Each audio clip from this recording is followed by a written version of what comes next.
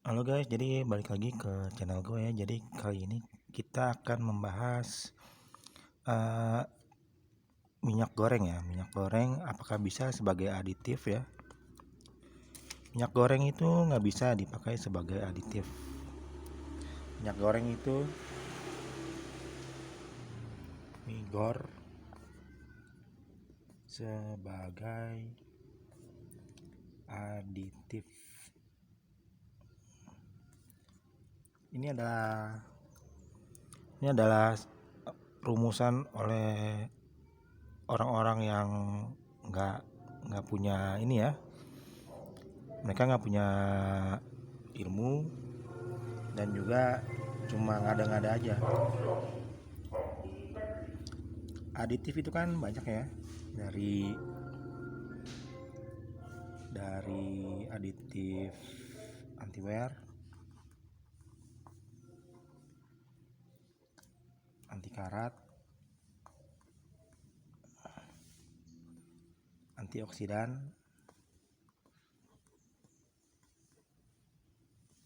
lalu deterjen,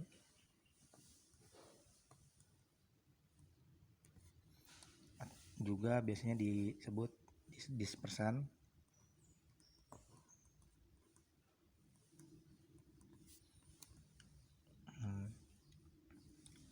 lalu ada emulsifier, juga demulsifier.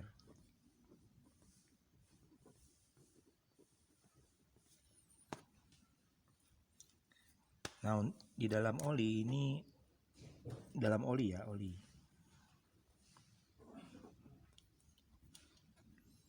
itu ada dua.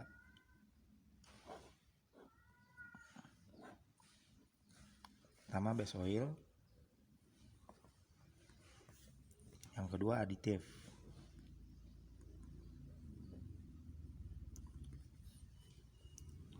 Kalau kalian belajar oli,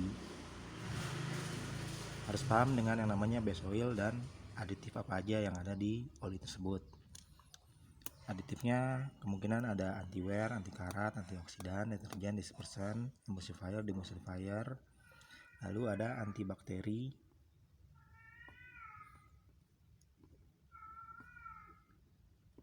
dan kemudian extreme pressure.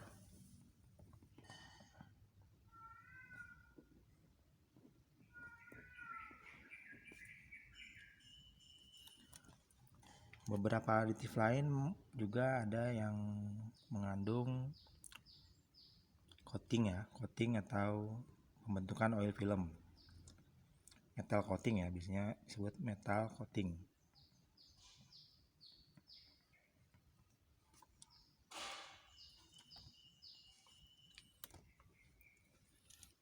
Nah, minyak goreng itu tidak bisa sebagai aditif. Kenapa? Karena dia tuh minyak goreng mau jadi apa? Apa dia jadi anti wear, mau jadi anti karat? Di minyak goreng anti karat itu nggak ada. Dia kan di minyak goreng adanya asam ya. Jadi malah berlainan ya.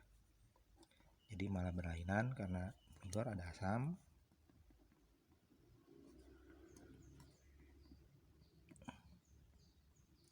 Jadi ada ini berlainan sifatnya, dan minyak goreng itu tidak ada antioksidan. Dan dia itu sifatnya migor itu ada oksidator yang kuat.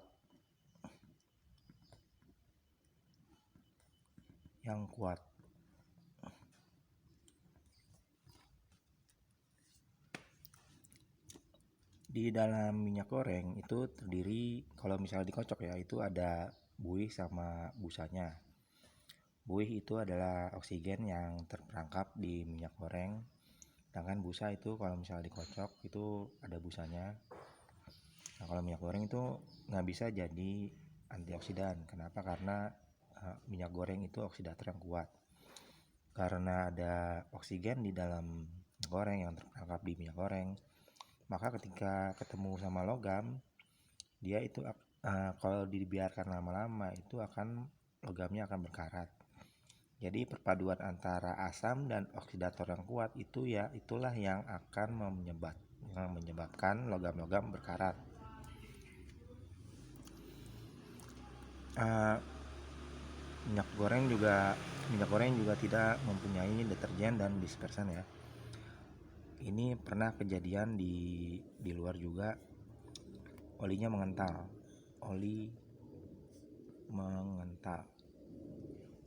Itu dikarenakan tidak ada aditif deterjen dan dispersannya.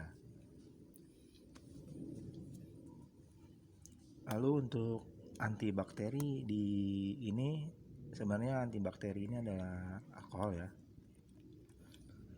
isopropil alkohol.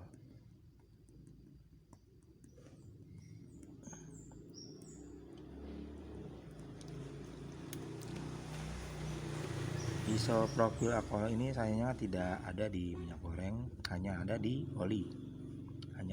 Dan extreme pressure ini tidak ada di minyak goreng, hanya ada di oli gardan. Oli gardan juga mempunyai isopropil alkohol ya. Kebanyakan oli gardan ada isopropil alkoholnya. Jadi kalau misalnya mau nyampur minyak goreng nggak apa-apa dicampur sama oli gardan. Tapi yang jadi masalah itu adalah minyak goreng itu tidak bisa dijadikan sebagai aditif. Oli itu ada dua bahannya. Pertama base oil, kedua adalah aditif. Nah, mungkin ada juga yang nambahin ya, VI biasanya atau pengental.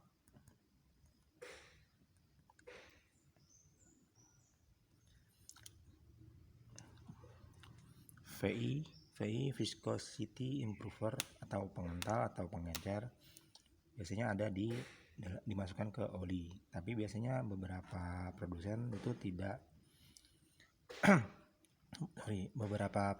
tidak memasukkan VI atau pengental dimasukkan ke aditif. Jadi mereka menyebutnya itu sebagai aditif. Nah, minyak goreng itu tidak bisa sebagai aditif.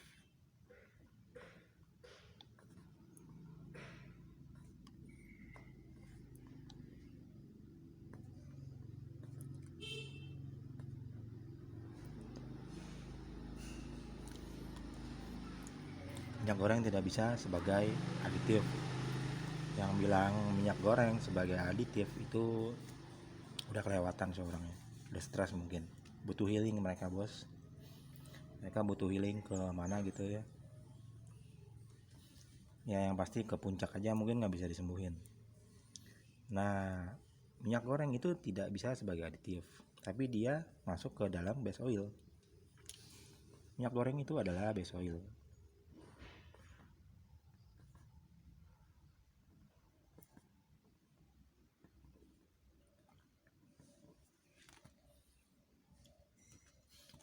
Base oil itu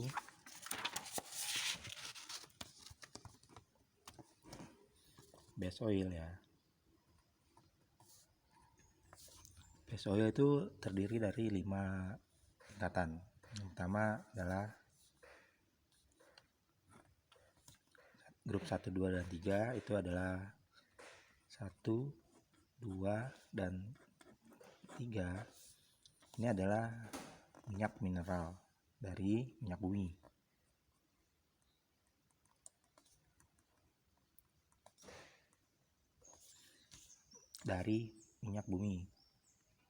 Dari bumi. Sedangkan yang keempat itu adalah sintetik.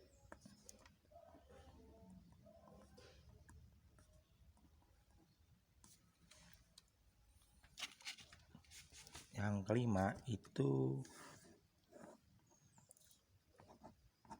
base oil yang kelima itu yang bukan 1, 2, 3, dan juga 4. Ester dimasukkan ke dalam grup 5. Minyak goreng juga bisa dimasukkan ke dalam grup 5. Ini adalah pemahaman umum ya, bukan yang sesat ya. Kalau di industri memang memakai minyak goreng sebagai base oilnya. Ya sebut aja banyak lah. Mulai dari campuran silicone oil dan juga sebagainya.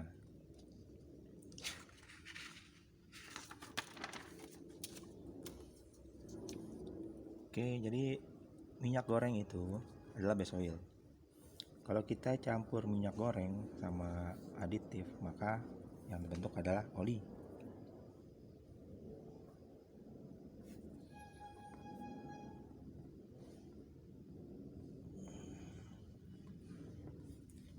Ketika kita mencampur minyak goreng sama aditif, yang dibentuk adalah oli.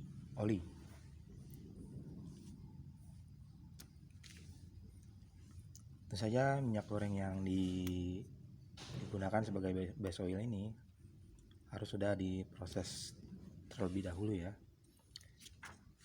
Pemprosesannya adalah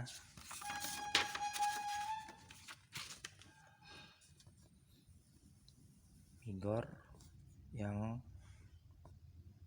layak untuk dipakai pada mesin. Pertama adalah menghilangkan asam, penetralan.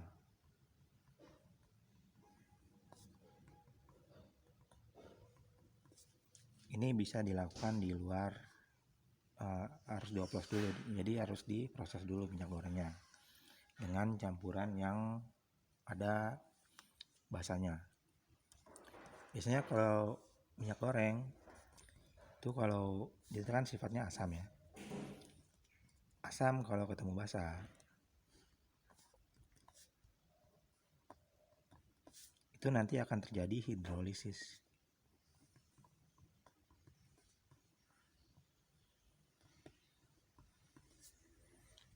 Asam ketika ketemu sama basah itu akan terjadi hidrolisis.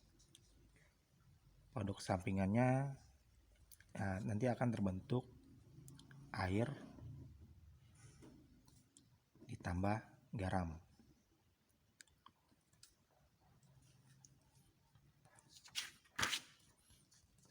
Tapi kalau minyak goreng dicampur sama basah apa gitu ya, dia akan ada air, tapi garamnya itu bukan garam natrium. Jadi jangan sampai salah, bukan garam natrium.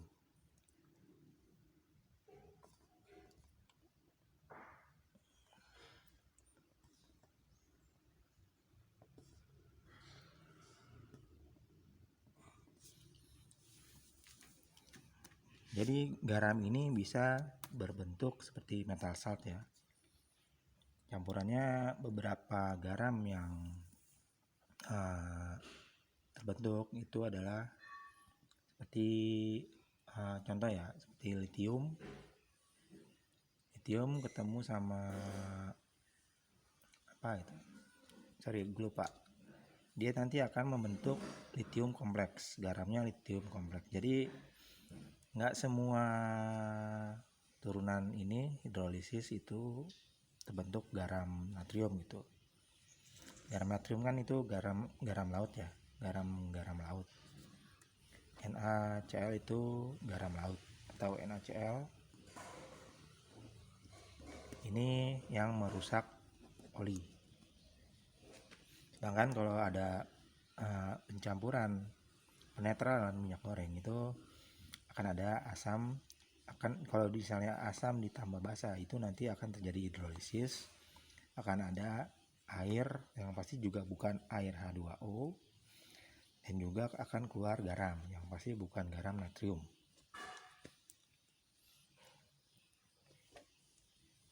Jadi di sini udah jelas ya, minyak goreng itu bukan sebagai aditif ya, nggak bisa dipakai sebagai aditif. Aditif mana yang mau dipakai nggak jelas. Minyak goreng itu base oilnya dia masuk ke grup 5, Dan kalau minyak goreng tambah aditif itu adalah oli ya. Grup 5 itu masuk ke ester atau minyak goreng. Ini udah dipakai sebagai banyak lain industri-industri lain.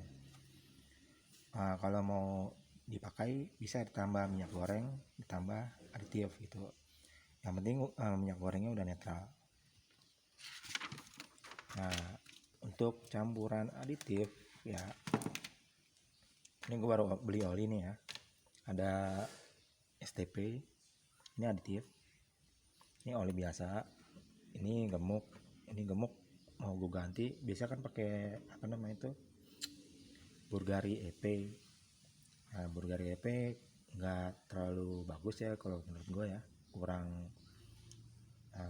mungkin terlalu kental.